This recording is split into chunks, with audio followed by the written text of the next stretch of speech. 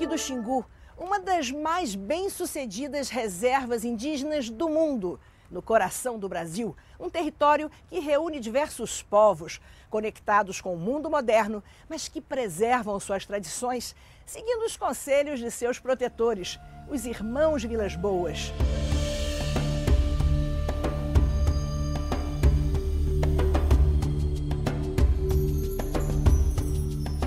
Em 2011, o Parque do Xingu completou 50 anos de existência.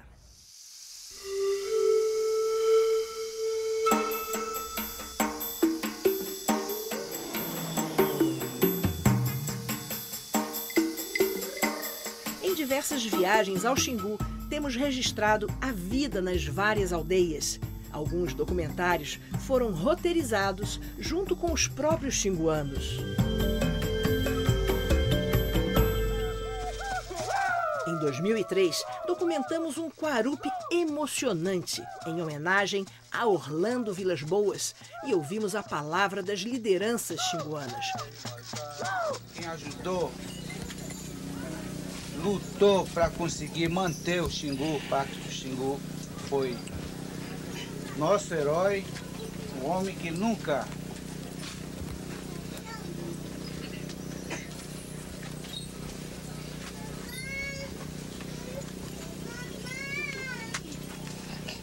foi Orlando Vilas Boas, um homem que nunca foi explorador.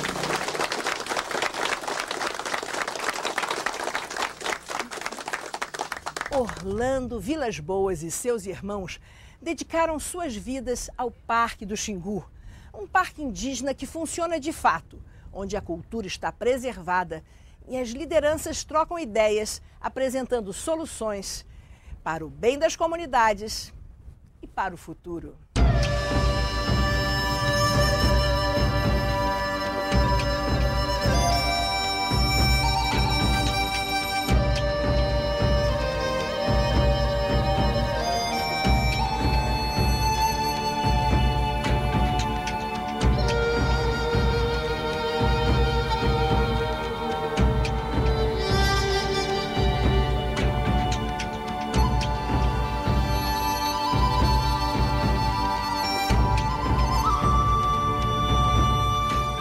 O Parque do Xingu, no norte do estado de Mato Grosso, tem 2.800.000 hectares. Aqui, mais de 5.500 índios de 16 etnias diferentes convivem harmoniosamente. Isso é o resultado do importante trabalho de grandes brasileiros, como Marechal Rondon, Darcy Ribeiro, Noel Núteus e os Irmãos Vilas Boas. A criação do parque em 1961 foi um gesto visionário desses brasileiros e representa um pequeno acerto de contas na destruição dos povos indígenas em nosso país.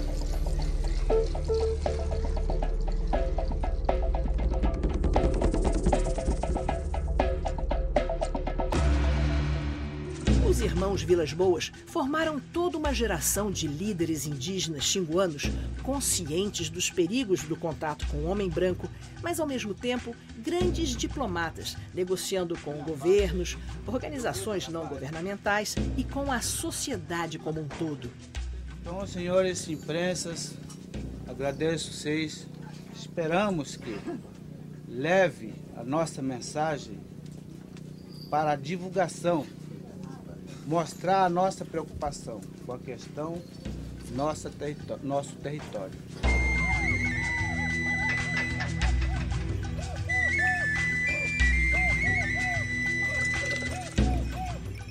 Lideranças como a do cacique Aritana e Aualapiti, Tacumã Camaiurá, Guatamã e Uaurá, todos do Alto Xingu, e Melobô e Pengue, do Médio Xingu, continuam zelando pelo patrimônio cultural e ambiental do Xingu, buscando diálogo direto com Brasília e, ao mesmo tempo, com a comunidade regional.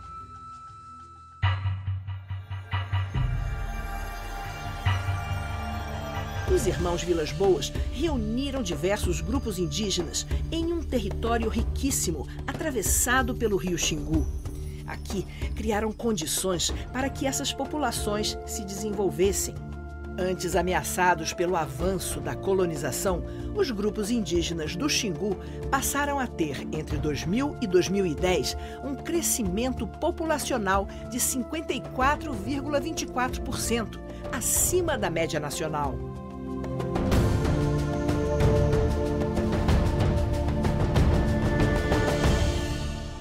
Como ressuscitar um povo? Como evitar a extinção de uma etnia? Como salvar vários povos que viviam nessas terras que hoje fazem parte do Brasil? Foi isso que os irmãos Vilas Boas fizeram no Xingu. Em 2000, tivemos a honra e o privilégio de fazer uma longa entrevista com Orlando Vilas Boas, onde ele falou do início da criação do parque e sobre a expedição Roncador Xingu. Quando se pensa, né, Orlando, em criação do Parque do Xingu, quando se pensa em proteção, em trabalho sério dedicado às comunidades indígenas do Brasil, a gente pensa nos irmãos Vilas Boas. E é um grande prazer a gente estar aqui conversando com você. Agora, especificamente de Xingu, eu queria que você contasse como é que foi o comecinho do trabalho de vocês, lá, nos idos 30, 40. Acontece que o objetivo da nossa expedição não tinha nada a ver com o índio. O índio foi um acidente na marcha da expedição.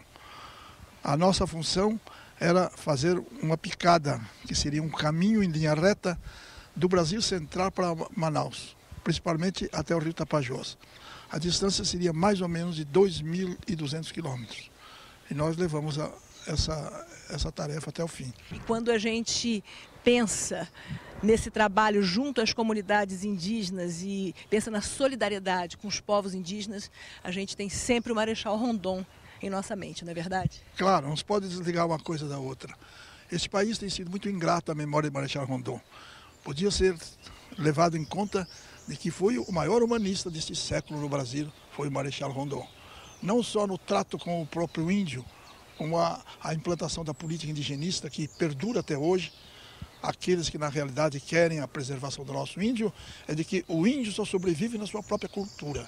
Essa era a tônica de Marechal Rondon.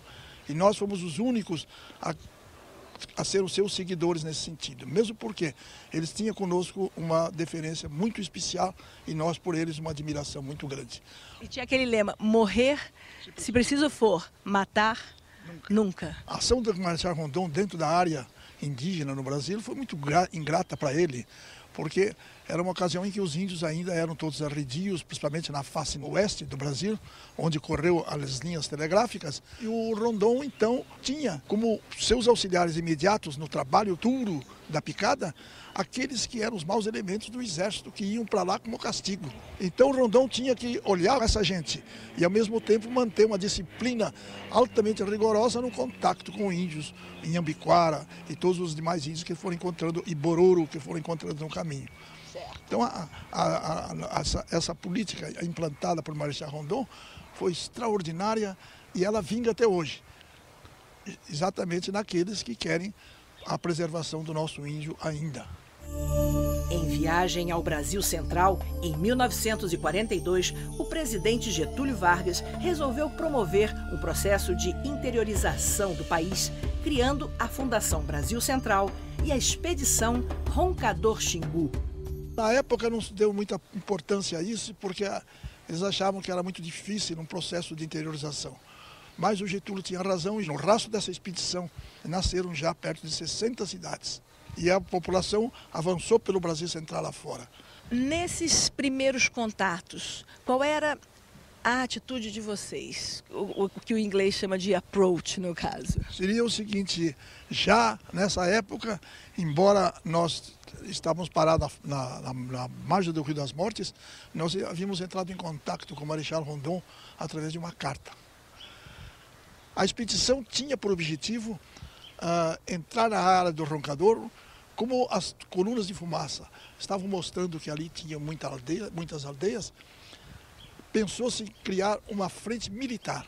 Orlando Vilas Boas e seus irmãos foram contra a frente militar, Com a ajuda do Marechal Rondon, que sempre usou estratégias pacíficas de contatos com os índios, a expedição ganhou uma nova configuração.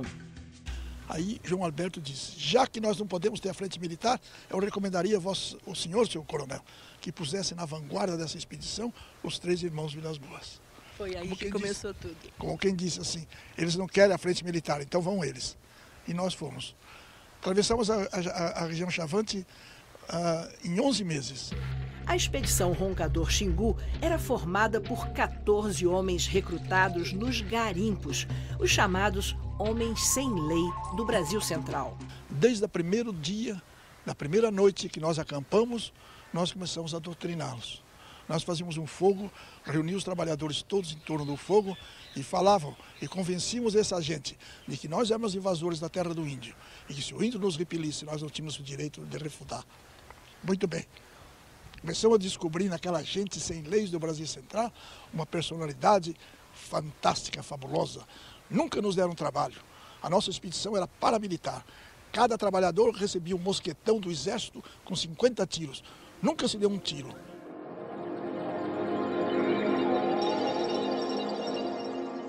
E como era o trabalho dos 3 irmãos? O Cláudio, o Leonardo, você? O Cláudio era o homem da bússola. O Cláudio sempre foi muito minucioso em todo tipo de trabalho e observação que fazia. O Leonardo era o seu auxiliar imediato, era quase que o fiscal da brigada. E eu era o chefe da tropa.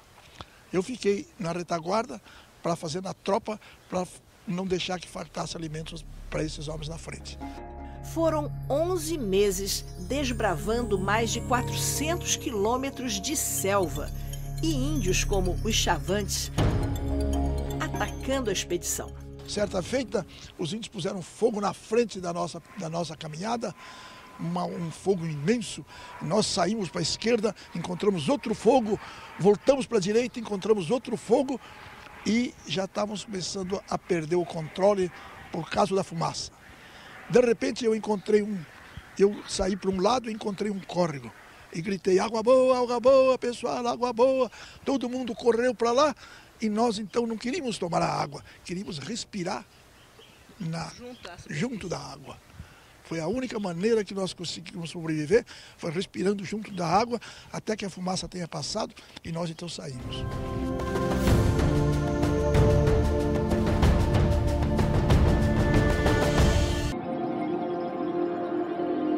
Conciliar o novo, a modernidade, o acesso a novas tecnologias com as tradições é realmente o grande desafio das lideranças nesses 50 anos do Parque Indígena do Xingu.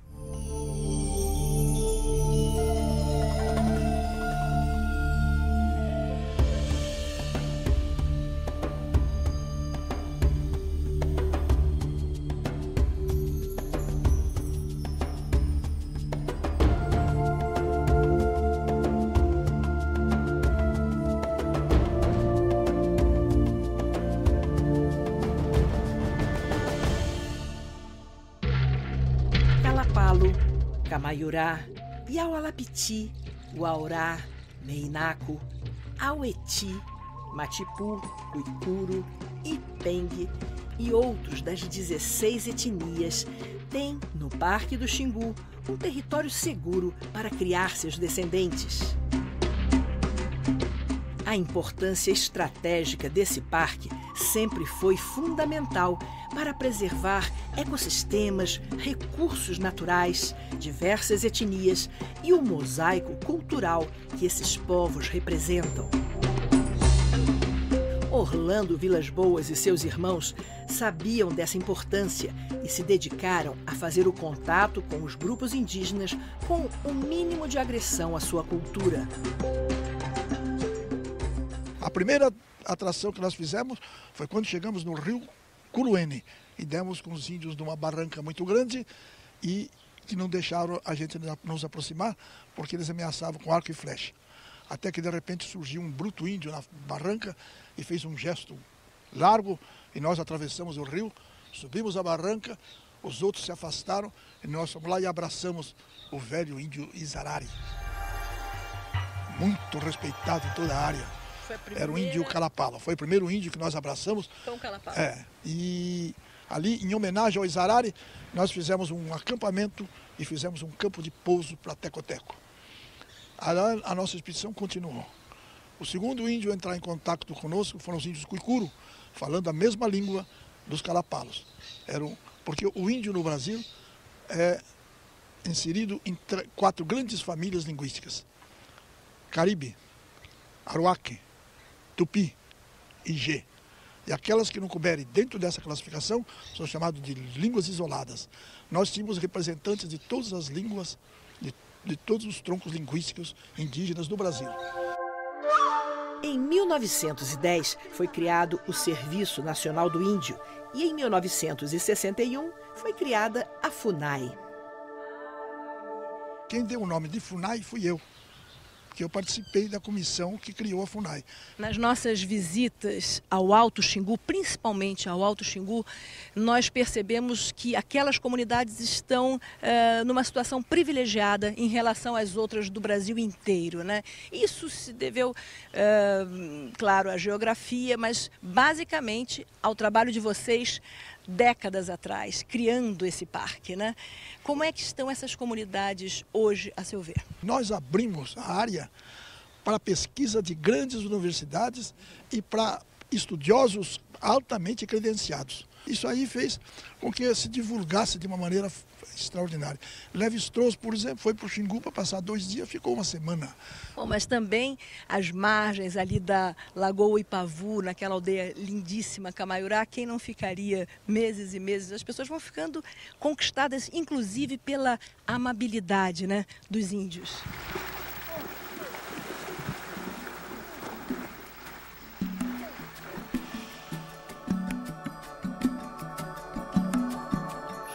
Percebe que o Tacumã Camaiurá é uma liderança forte, né? Claro, o Aritana é a liderança jovem, enfim, para todo o parque. Para nosso futuro também, né? Toda a autoridade do Tacumã está na sua função por ser um grande pajé. Agora, o Auritana não. O Auritana é um líder de nascença, um líder de formação. Foi nós que criamos essa autoridade do Auritana. Ao contrário do que a gente vê em outras áreas indígenas do país, ali no Alto Xingu, as lideranças não deixam, por exemplo, os jovens irem para a cidade, se embebedar, não deixam entrar refrigerantes, eles preservam mais as tradições. Eu senti isso mais do que, por exemplo, o pessoal do Baixo Xingu, né? Muito mais pelo seguinte, porque no Alto Xingu foi a área mais visitada, mas nós não permitimos a entrada de quem quer que fosse com bebida alcoólica na área. As lideranças xinguanas têm consciência do que é bom ou do que pode ameaçar a cultura indígena. Aproveitam o que existe de positivo nas invenções do homem branco e costumam trocar ideias para planejar o futuro das aldeias e de todo o parque. Nós reunimos à tardinha índios de diversas aldeias e faziam uma preleção a todos eles. Hoje são grandes amigos e é uma pequena sociedade de nações. E o Melobô lá nos Ticão? Quando nós fizemos a atração, o Melobô era um gurizinho de 5, 6 anos. Como o Chicão era um índio que utilizou os aurá, utilizou os meinacos, aí nós fizemos a atração deles e fizemos as pazes dele com os demais índios. Primeiro, tiramos ele lá de um afluente do rio Ronuro e trouxemos para dentro do parque. Alguns grupos indígenas tentaram voltar às suas terras de origem, mas ao encontrar tudo destruído por fazendas e garimpos, retornaram para a área do Parque do Xingu. O Parque Indígena se destaca nas imagens aéreas e de satélite como uma verdadeira ilha de rios, florestas e biodiversidade.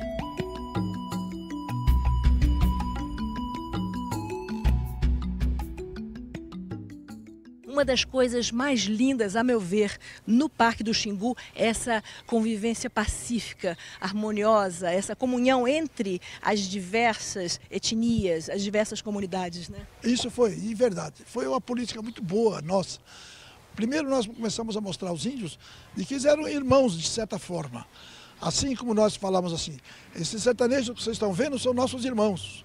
Nós somos de uma outra ala da humanidade. Vocês são outros, vocês não podem ser inimigos um do outro. Vocês têm que se ajustarem, vocês têm que se auxiliarem um ao outro. Se unir, né? Nós auxiliamos ao nosso. Vocês não estão vendo aí que esses trabalhadores, nós não estamos ajudando eles? Então por que vocês não podem ajudar os outros índios? Fomos criando essa política de união. Foi por isso, e isso aí teve uma repercussão fantástica.